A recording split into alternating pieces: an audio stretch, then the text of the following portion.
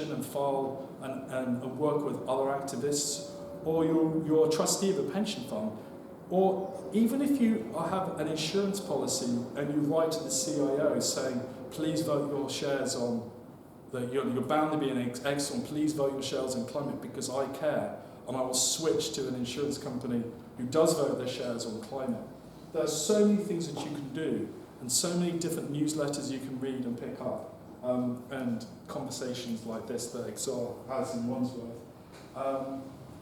And I'm going to stop there. I think I'm an optimist, Caroline. I started off that the world looks like it's going to hell in a handbasket. If you ask any of the scientists, all the signals and the science look awful, but we've got everything that we need to build this new energy system. And part of changing capitalism is moving the shift from the old energy system to the new energy system. So thank you very much.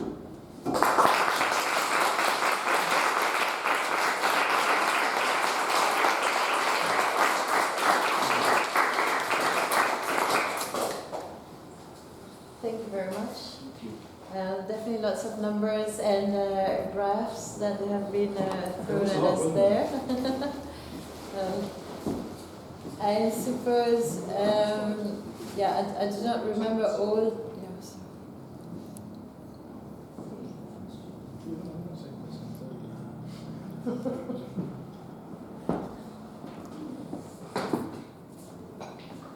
So I guess, when you're optimistic like that, so when does the change happen? When does the switch happen? Do you have a view of that too? Or I'm really interested to see in the UK what the next government's going to do. It's most likely going to be a Labour government with this new energy company that's going to bring in renewable energy and begin that revolution. I think there's so many things we can do around building a different grid, bringing householders as manufacturers of energy. I think that is part of the optimism I've got and the chance. Okay, are there enough cable manufacturers to make the cables to bring the energy from the North Sea? I also am a great believer in the North Sea renewable energy grid that people talk about. So Norway, France, Germany, the Netherlands, the UK, building a huge system of wind turbines across the North Sea that connects Europe to the same grid that balances European energy demand and makes it completely green. I'm excited by that. It will take a bit of time, but it can all be doable within a generation. So. Do you think we got enough metal and Yeah, material to be I do. able to do that? No, Yeah? I do. I mean, the thing people keep saying that they're critical minerals, but the thing is about this is that there's 10 times more critical minerals available than global demand for those metals that are known of. I mean, getting it out and whether we can get it out in the right places is going to be the challenge. But the great thing about it is it's infinitely renewable. So once you break down your car, you don't need to chuck the copper in a skip and go and find new copper. You recycle it, and that's the beauty of the electrical system we're building. Is a lot of these materials are recyclable, and also we're beginning to learn the chemistry table. Lithium sounds an awful lot like sodium, which is salt, and people. I'm not a chemist, so I'm probably talking loads of rubbish, but. I'm told by my friends that as you go across the chemistry table, there's all these other much more common things like sodium that we can work out and think through about how they can become transmitters of electrical signals.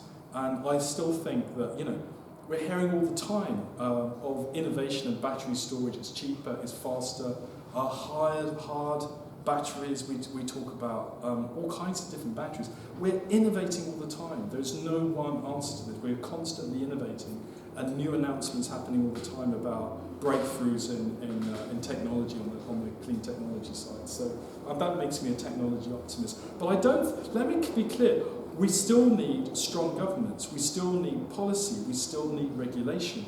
We still need voters. We still need to end a system and build a new one. We still need the policy to stop subsidising fossil fuels. So I'm not saying, I'm not one of these people that says, Elon Musk has got it, we can all go home. No, far from it. I'm saying we have the technology solutions, but we need policy. We need political action that gets rid of fossil fuel subsidies. We need a carbon price on fossil fuels. All these things we need, as well as technology. We'd like to open the questions to the floor. Shall we do, I don't know your name, but behind the computer you had do you want to do take 2 or 3 questions and then respond, or No, we do let's one by one? Let's have 2 or 3 questions at a time. So I'll take you just behind the computer. No, I just wanted to follow up on that. Sorry? I just wanted to follow up on what you said. Oh, well. As part of the big political change, do you see an end to capitalism as part of that? And if not, why not?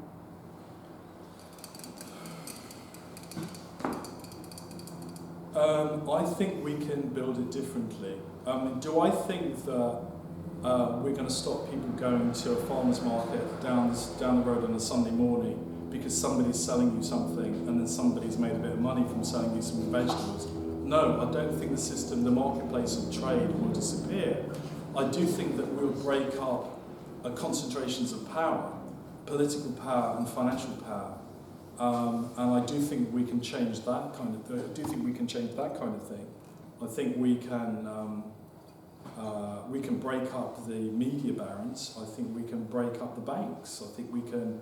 Do you know there was a stock market in every major city in the UK? There was one in Bristol, there was one in Birmingham, there was one in Glasgow, there was one in Manchester. You know they've all disappeared in the last 25 years. The last one to go was the Birmingham stock market. It was a local market for local entrepreneurs. What happened when we created the London stock market is that we moved our capital to huge mining giants like Eurasia Natural Resources, which is, funding Asian mining companies, and we use people's pension funds in the UK.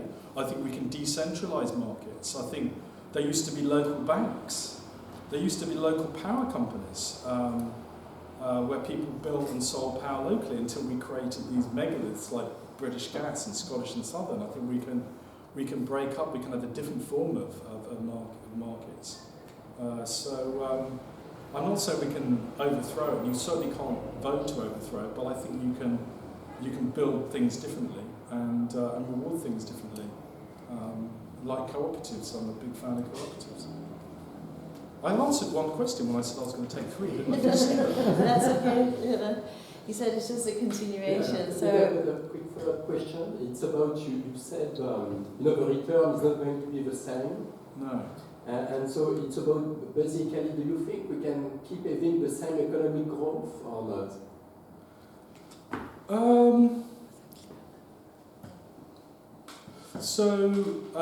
When you pull down a power station, a gas-fired power station, that builds GDP. Mm-hmm. And when you build a renewable energy system, that builds GDP. And when you take back waste and recycle it, that adds to GDP. So a lot of what's discussed about growth suggests that we need to absorb and take lots more resources. No, I think we can dematerialise, but we can still build an economy that's thriving. But we can, again, it's a case of doing it differently. But do I think that growth for growth's sake, which is what politicians talk about? No, I don't think we need to do that. But on the question about renewable energy being different, why people have made so much money from oil and gas? If you produce at $1 and sell at $10. Now the thing about renewable energy is actually you're going to be building a market of thousands and millions of sellers. And in a perfect market with millions of buyers and millions of sellers, economic theory, and remember I trained as an economist, so that makes me wrong, but the price drifts towards the lowest suppliers, the lowest cost supplier, the lowest marginal cost supplier. So actually I'm one of these people who thinks energy will get cheaper because you don't have these monopolistic people who concentrate power, and which is what we've got at the moment. So I think energy will get cheaper.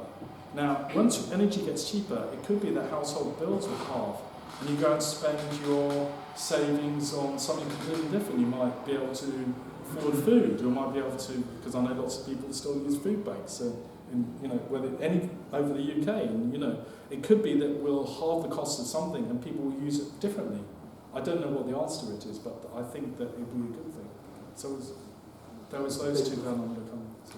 So the lady with the pink top and then the lady with the glasses there. We'll take those 2 questions. I'll have to repeat them for the camera. So many questions. I am concerned that we will dig up the oceans to get to metals, or that Russia has invaded Ukraine because there are critical metals there. But I think I went to hustings last weekend, and the Conservative candidate said that, I don't know if he was saying that the first person to have an environmental clause in their manifesto, but he said the first environmental Conservative was Margaret Thatcher. Now, you could turn around and say, well, yes, she shut all coal mines.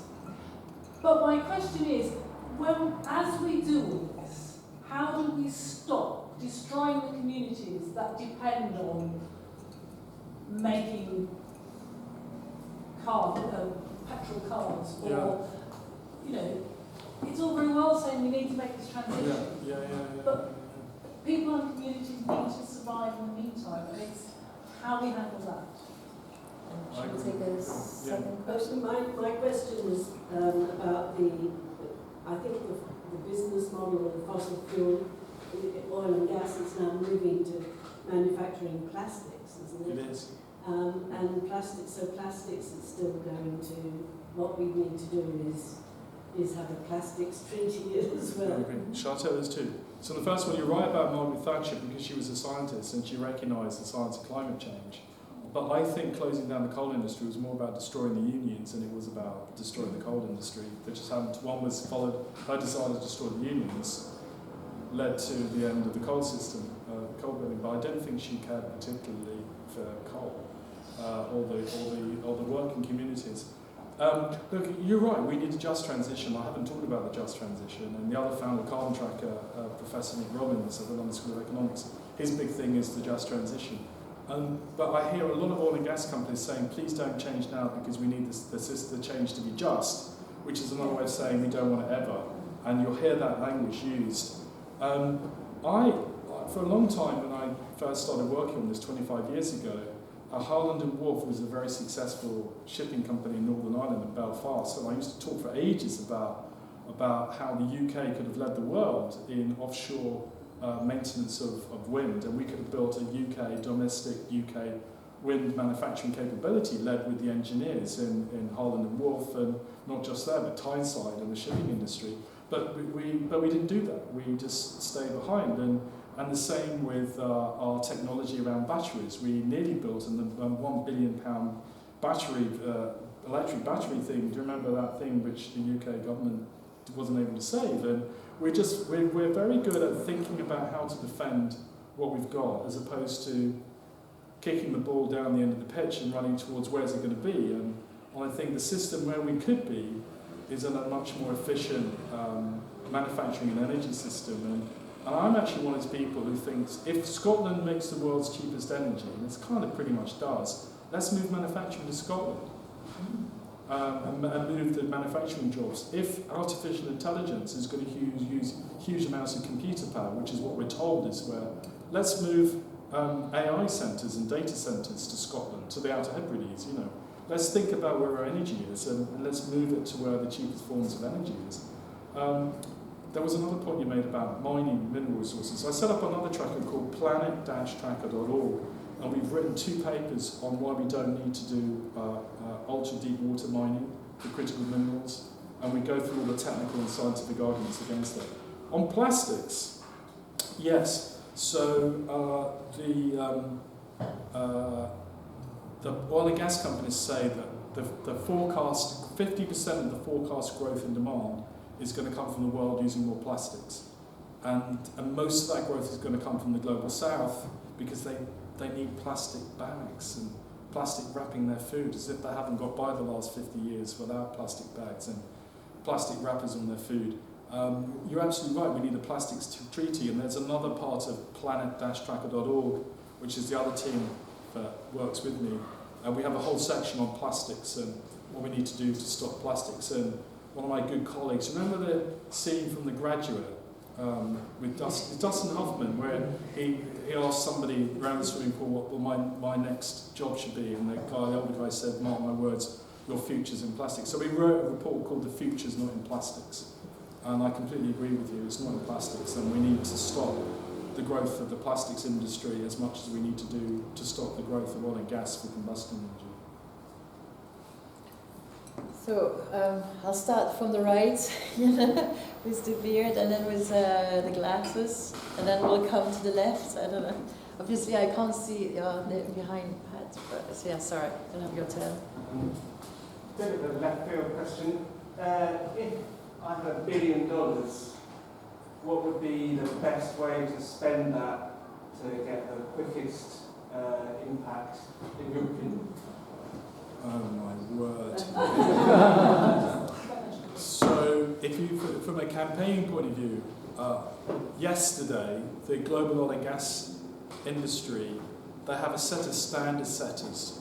It's a Society of Petroleum Engineers, and they decide what is the legal definition of an oil and gas reserve. It's called PRIMS, P-R-I-M-S, and if you go to the Society of Petroleum Engineers, they'll lay it all out. Why is it important? Is because their content goes into all the oil and gas IPOs that happen on the London stock market. So Ithaca Energy, that owns Rosebank, was the biggest IPO in the London, initial public offering in the London Stock Exchange a couple of years ago. So they decide what's an oil and gas reserve. And when you read it, they explicitly say, we don't consider climate change when we analyse reserves. So you go back to the beginning of contractors' work. It's all about oil and gas reserves and coal reserves. And so I've been trying to raise £100,000 for the last 2 years to attack that and change the accounting definition of reserve. So a reserve is not a reserve if producing it breaches the goals of the Paris Agreement. So I had a firm of lawyers that I work with, all pro bono, to produce a submission, which we put in yesterday, on it. I would do very selective, with my £1 billion, I'd use $1 million of it for very selective campaigning against the regulations that support the fossil fuel industry. Of course it's subsidies, but there's a whole load of other things. So when the emails came back from the Society of Petroleum Engineers as to the team looking at our submission, back comes Chevron's email. It's Chevron and all the oil companies that decide what goes into a prospectus, which is what, remember my story about Extrata, the coal company? They decide this, and we've allowed them to decide it. So I would then spend another $1 million lobbying politicians to change the law. But when I get really technical, I mean, a lot of my friends go, I'm really sorry, Mark, I haven't a clue what you're talking about. But that's why I'm pleased to work in philanthropy, because I'm allowed to spend every day reading this stuff. And I read do you know Saudi Aramco just raised another $15 billion from selling shares in Saudi Aramco to international investors, including British institutions. So I was in America seeing my funds a couple of weeks ago, and I woke up very early, so I read the Saudi Aramco prospectus. It's 506 pages, and I read it from the beginning to the end to see how many times they mention the Paris Global Climate Agreement, and how many times they mention 1.5 degrees. They mention 1.5 once in a 506-page document, and they mention the Paris Agreement twice. All the rest is all about how they're going to produce all these oil and gas reserves for the next 100 years. I will be attacking the financial support. That's why money rebellion is so important. We know what we need to. So that's 2 million of the 998 million we've got. I would spend another lot protecting indigenous people's land rights. I was a trustee of the Rainforest Foundation for about a decade, and there's a great website called mappingforrights.org, which almost gives an indigenous person a satellite thing to upload their ancestral lands, so that if a mining company or an oil company comes into prospect, they can go to the courts and say, no, this is our ancestral lands. I will protect indigenous people's rights, but that will probably spend most of the rest of that billion. But policy and regulation, I'd spend it on getting the right policy and regulation. I so hate you for asking that question. This is such a good question, but we all have how we'd spend that billion. Yeah. So we had Glyn, Yeah. and then Keith. I was just wondering if you had any thoughts on the paper by Simon Michel, which was about resources. His paper essentially did a giant stock take of resources of the world. He came up with the conclusion that if everyone was going to do what they said they were doing, we need 5 planets. they were out by orders of magnitude, actual resources. Yeah. I was wondering if you've done anything on that. No, because there's similar studies that have been done over the years, that if everyone was to have the same living standards in the world as we have today, for each of us living in the global north, we would need 5 planets or 3 planets to give everyone that. And obviously, and of course everyone in Sub-Saharan Africa has the right to a fridge or a TV or a mobile phone or a laptop. yeah, there's some fundamental questions of justice about how we distribute the resources that we've got. And that's not a question I can answer readily, because it means us giving up all the things that we've lived and benefited from in our Western lives and our Western livelihoods. So yeah, we become monks. We don't need anything. I think there's a lot of waste, there's a lot of no, things there's that we loads of can things we can do. change Completely right. as well. But yeah, Keith? Many people, including myself, are getting very excited about hydrogen and its role in possible energy, alleviating the problems about rare earth metals, etc. What do you think about the future of hydrogen? Good gracious. Okay, so have you read Michael Liebreich's The Seven Ladder Steps of Hydrogen? Yeah. Okay, you have, It's right. brilliant. So Michael Liebreich, spelled Leibrich, is a brilliant writer on a whole bunch of things, and he's the founder of New Energy Finance, which is now Bloomberg New Energy Finance. And you can go online and read his demolition of the hydrogen economy. There's a video, There's a video. just a lecture with Imperial College. Okay, so he's It's done a on lecture with YouTube. Imperial College on YouTube. Yeah, Yeah, fantastic. so there was an argument that says we can manufacture huge, enormous quantities of green hydrogen and put it in coal-fired power station and accelerate it and displace coal really, really quickly. And it's all dependent on having vast amounts of renewable energy and cheap electrolyzers to manufacture absolute ginormous quantities of green hydrogen that we can put into power and use it as a fuel. It might be true, but Michael Liebreich gives the other arguments as to why hydrogen isn't the answer, and that actually manufactured technologies like battery and wind. So I've got to say, I personally haven't sat down and come to a conclusion on it. And I think, like a lot of things, it's one thing or another. But at the moment, I'm convinced that Michael Liebreich's economic analysis of actually how you manufacture, how you make hydrogen, and the energy from making hydrogen, and manufacturing energy from solar is just so more efficient in terms of the energy deployment and the amount of energy we get out of the manufacturing process, whereas hydrogen, the economics don't work just as well. But that could change, and I'm keeping an open mind on it. The guy you mentioned, the head of Octopus Energy, Greg Jackson. Yeah, he's on the panel at the Imperial College presentation with Michael Liebreich, and they're asked what's their reaction to the lecture, and Greg Jackson says, brutal, because he destroys entirely the argument for green hydrogen. It's just phenomenally expensive. It's not. He says we should only use it where we can't use anything else. And it is not a kind of, we've got all this renewable energy, we can just make hydrogen with it. It's very, very energy hungry. At the moment, but is there a possibility of something? Yeah, let's say the jury's out on it. I think that's the safest place to Jury's out. Yeah. Watch the video, and there's a good jury on that video. Right. I think, Peter, you actually had your hand up earlier. I don't know if your I question still I stands. did, yes, it wasn't a question. I just wanted to say you were talking about the interconnect cables Yeah. from the UK to the Netherlands and Germany and France. I just watched a couple of really interesting YouTube videos from National Grid just about how far back in time they started making these interconnects and how fascinating it is, and that the next generation, because at the moment what's happening is like Dogger Bank wind turbines, the electricity comes onshore and then it goes through the interconnect through to the Netherlands. The next generation, the electricity is going to go into substations under the sea and go where the demand is around Europe, which is Amazing. incredible. Yeah. And in our lifetimes as well. Mm. Are we done?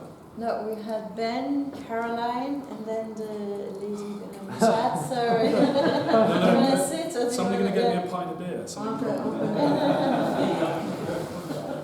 Okay. bit, that got Did bit. you have a question, no? Yeah, that got bit. Thank you. Yeah. I thought you had a question.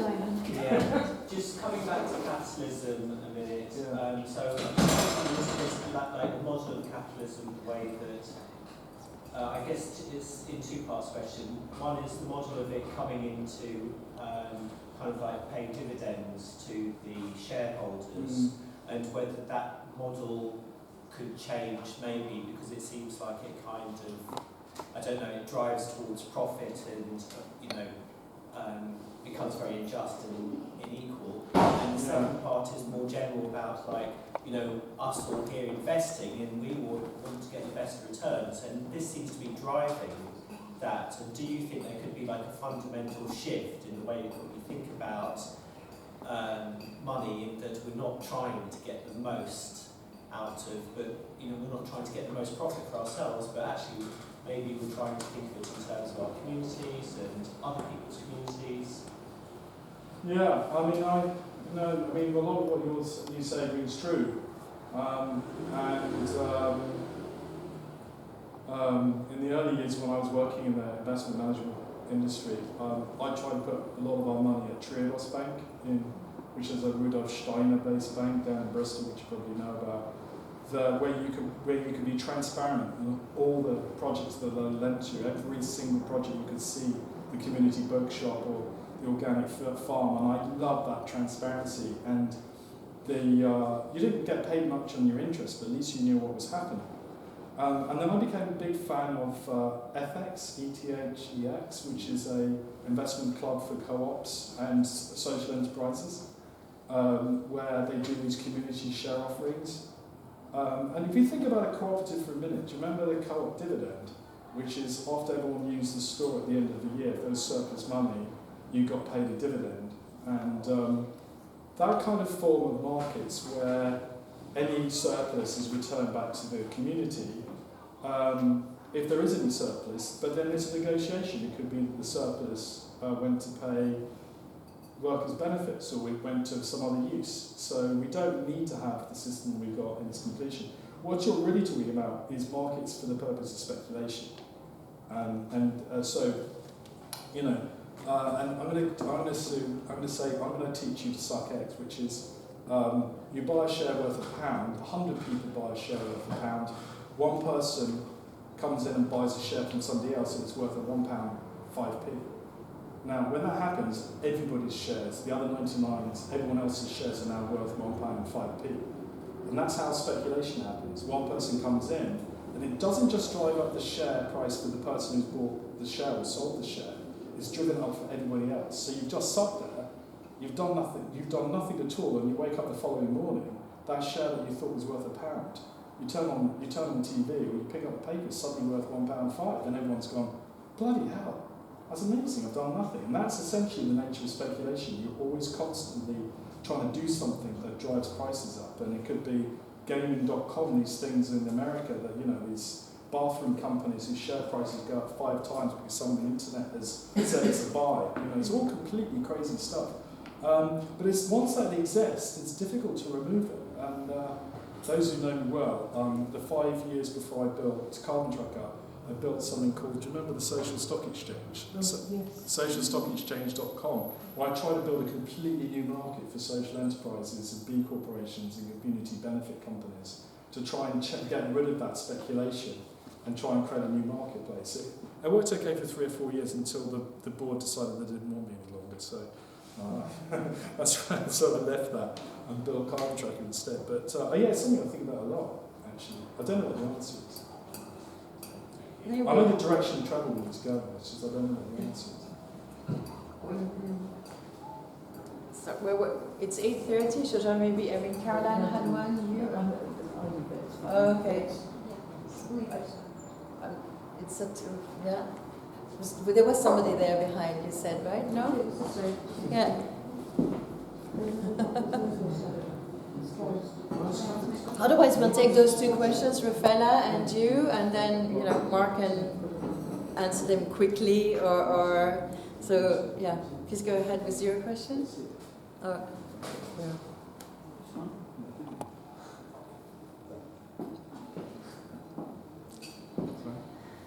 It is 8:30, but we have 2 remaining questions. Shall we listen to the questions and then you can take as long or as little as you want to respond to those questions? Yeah. No, it's fine. So, those of you wondering why did I leave the city, it was because of that. So, next time you go on a protest as an Extinction Rebellion, remember there's always a price. What is it? Well, thank you very much for your talk. Just wanted to ask, what will it actually take for financial companies to divest from fossil fuels? I've touched on this already, but something. Okay, good question. So this is a question about. We couldn't hear it. Sorry. So this is a question What about would it take for? divestment. What would it take for investment companies to finally divest from fossil fuels? Okay. And then should we quickly hear Rafaela's question, and then. There's a room full of a lot of activists. What Yeah. target do you think we should be focusing on? Is there anything you want us to target? We do the good cop, bad cop, so we're very happy to do that. Yeah. Don't do it that way because there's always consequences.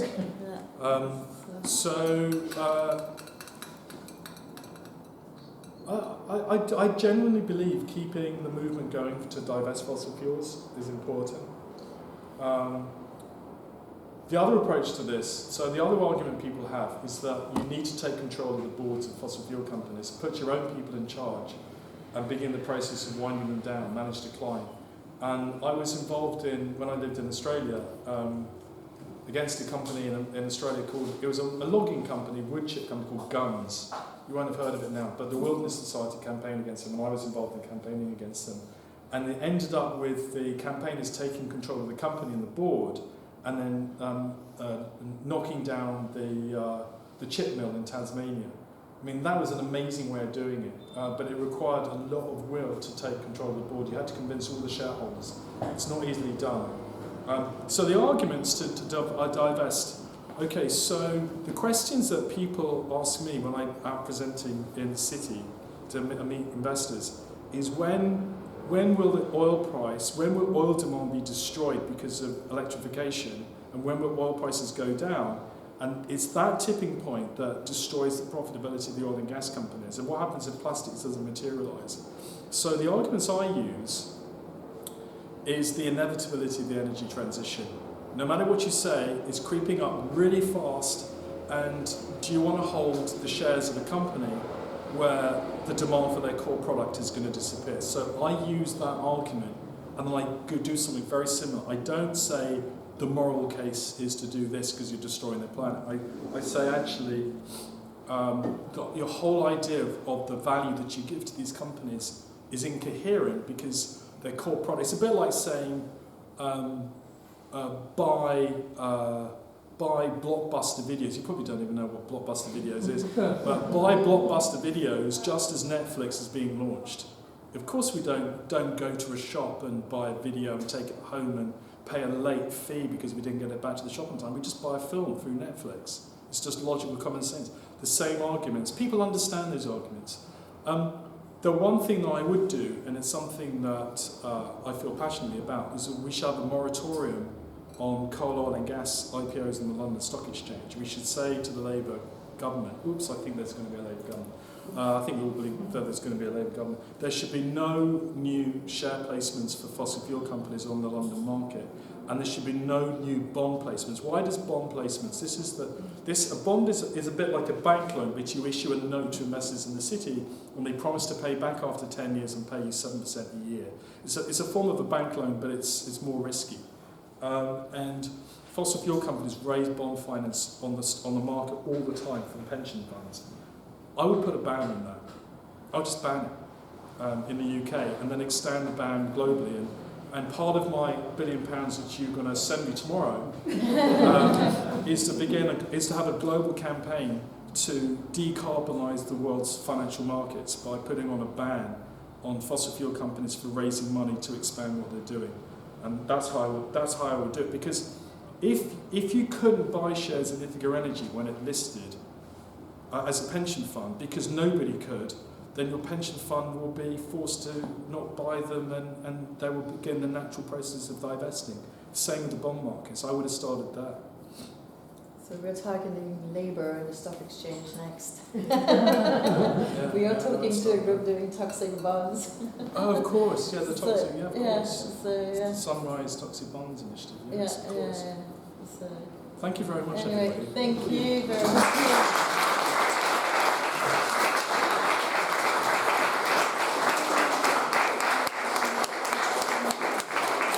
Is that all right? Thank you. Thank you very much. Do it all without any